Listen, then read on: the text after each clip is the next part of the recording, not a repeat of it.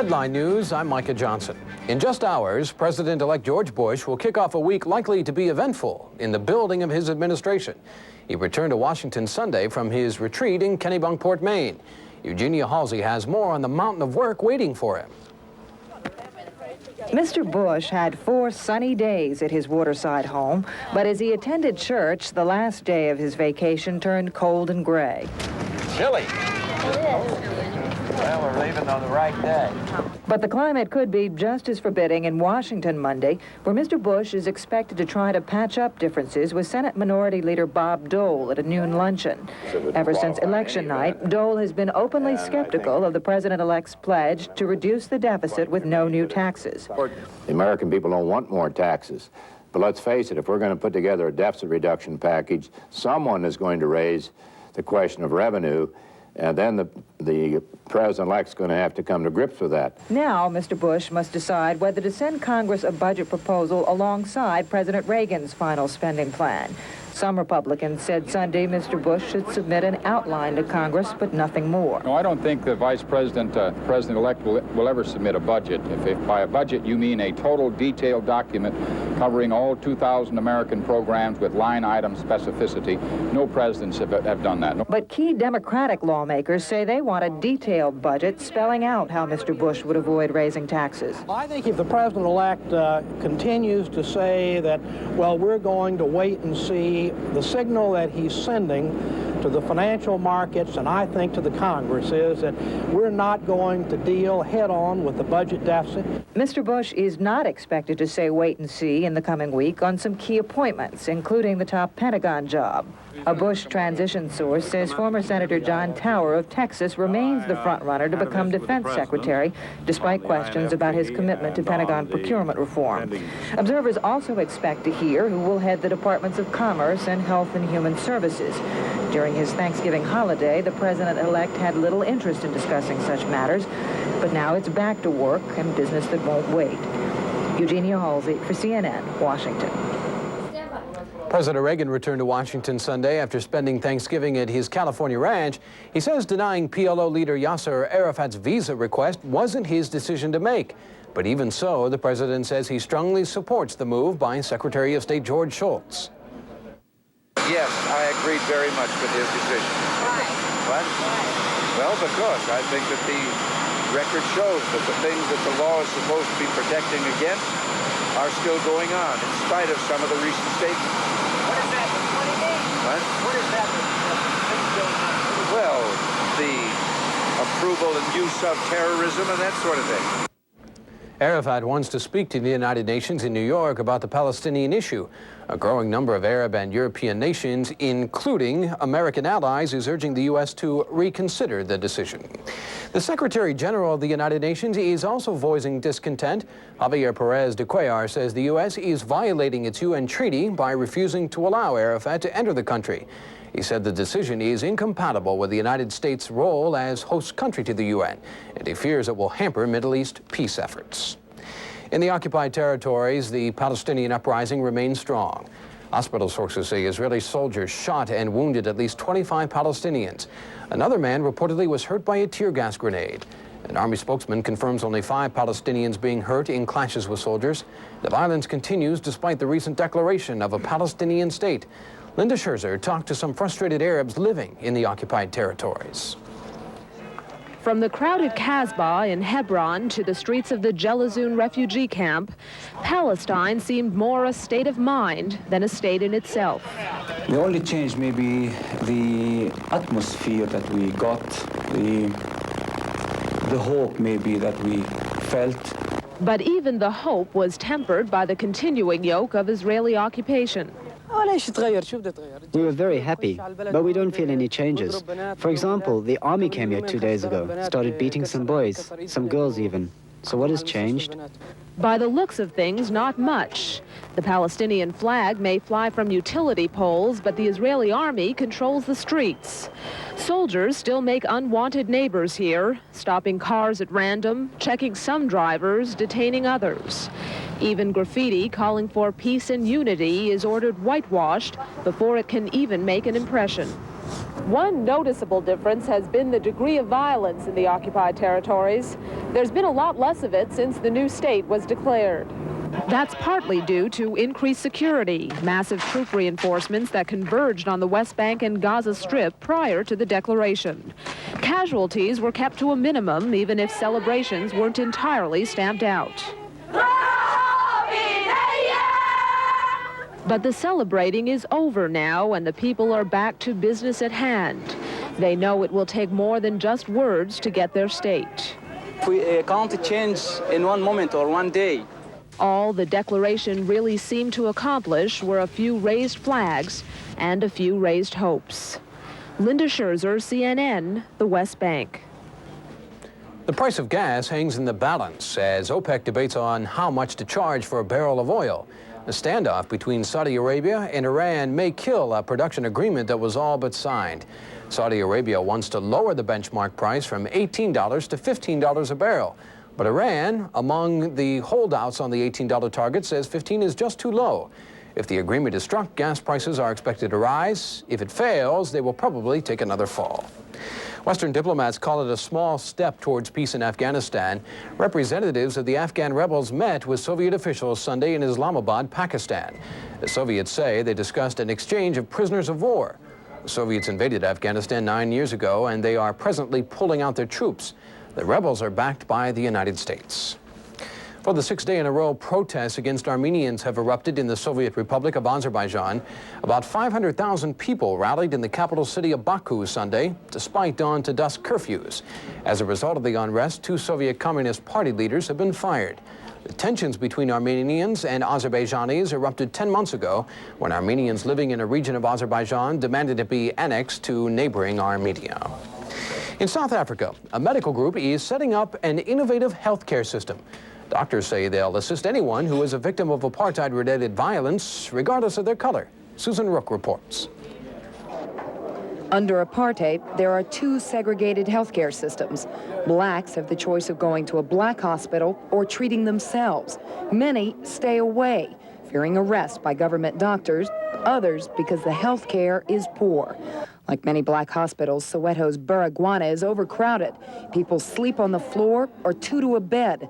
Doctors say because of this, Dr. Seftel has a plan to create a new healthcare system outside the state-run apartheid system.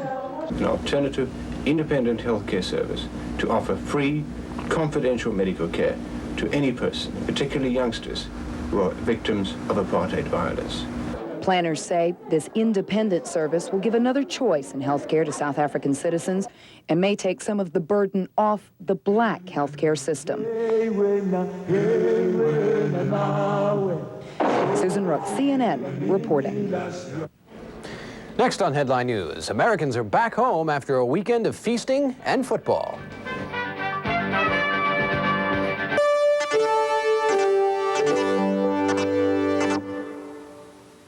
The new Canon Sure Shot Ace with remote control. Rogers was never seen again. The countdown is on for Thursday's launch of the Space Shuttle Atlantis. Engineers finished their final inspection of the craft Sunday. The 5-man crew arrives at the Kennedy Space Center Monday. NASA isn't revealing much about the secret military mission, which is expected to send a spy satellite into orbit. Travelers who packed airports, train stations, and highways last week for Thanksgiving had to return sometime, and many chose Sunday. Pat Etheridge has more on the end of a busy holiday weekend. They came by car. They came by bus. They came by plane. A steady stream of travelers returning home from the Thanksgiving holiday. The nation's major travel hubs were busy, busier than usual, and predictably they were the last-minute crowds and congestion. Morning snow in Denver snarled traffic, causing a 25-car pileup near the airport. There were no serious injuries. It was clear skies and sunshine for those on the go in Los Angeles, but rain was the order of the day in Atlanta. And at Hartsfield International, there were some delays, but no major snarls at the world's busiest airport, which handled some 2,200 flights.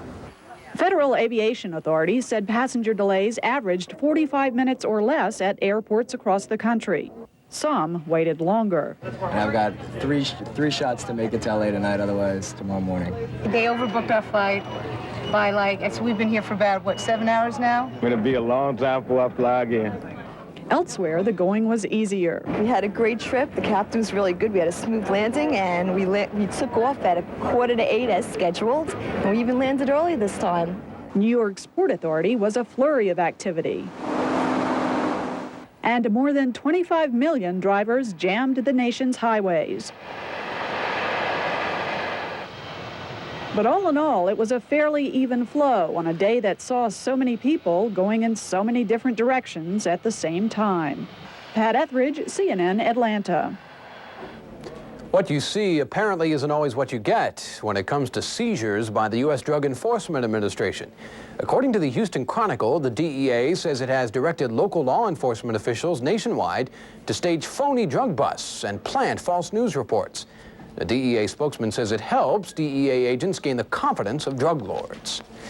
Grounds that the searches are done without probable cause. It's metal detectors today and then drug testing tomorrow, and it just erodes the whole protection that the Fourth Amendment is put in place to guarantee. To guarantee freedom from unreasonable search and seizure, on the first day of searches at Vanderchild's, officials found 5 box cutters, blade devices ditched outside the school. The idea of the metal detectors is not so much to detect as to deter. Jeannie Moe, CNN, New York. Headline Sports is next.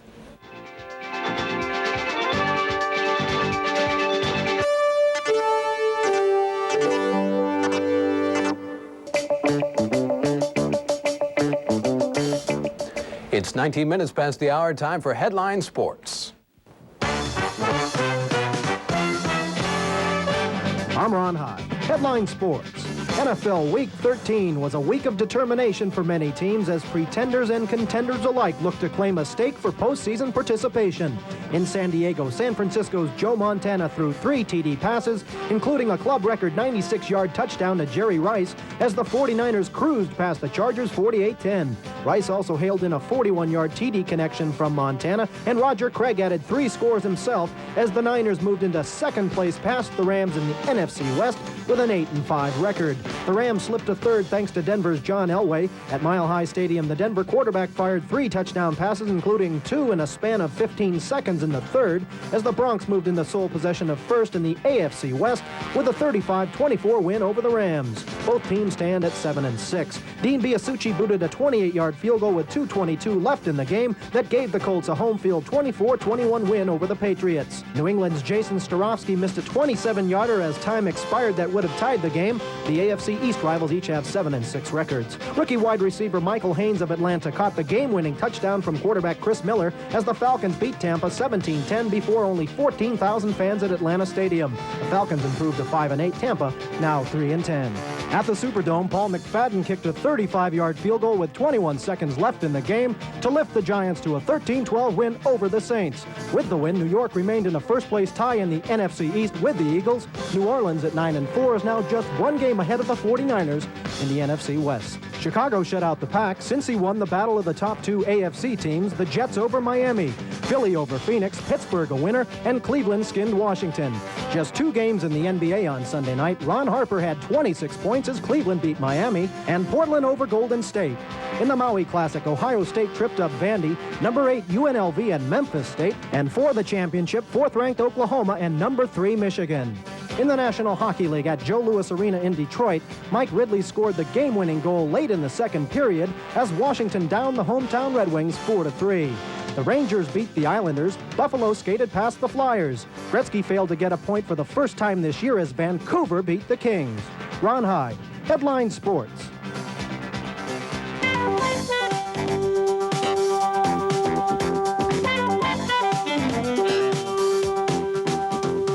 I'm Don Harrison, and pop star Sheena Easton is Who's News.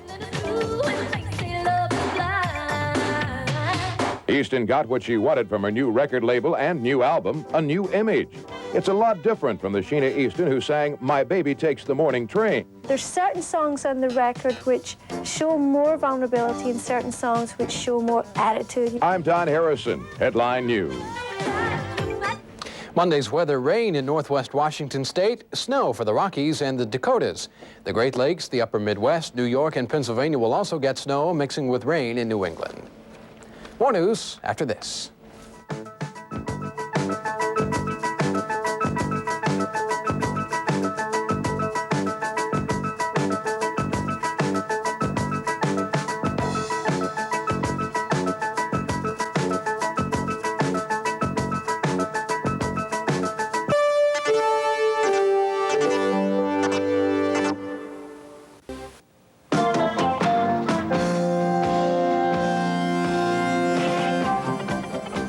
Dollars and cents, it feels like wet brown sugar, and it may change horse racing forever. Chris Abel has more on a high-tech racetrack. And they're off. Here at the newly opened Remington Park in Oklahoma City, horses don't race on dirt. That's our report this half hour. Thank you for joining us. I'm Micah Johnson. Around the world in 30 minutes, this is Headline News.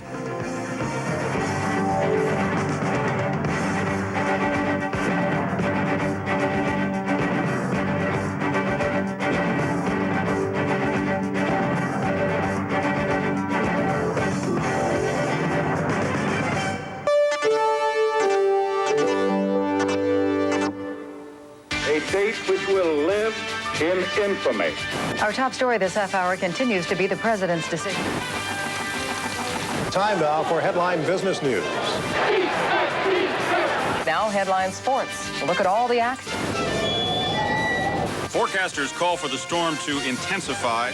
Out with the old and in with the news. Headline News, the fastest, most visual way to get your news today. Watch your watch for Headline News, always on time.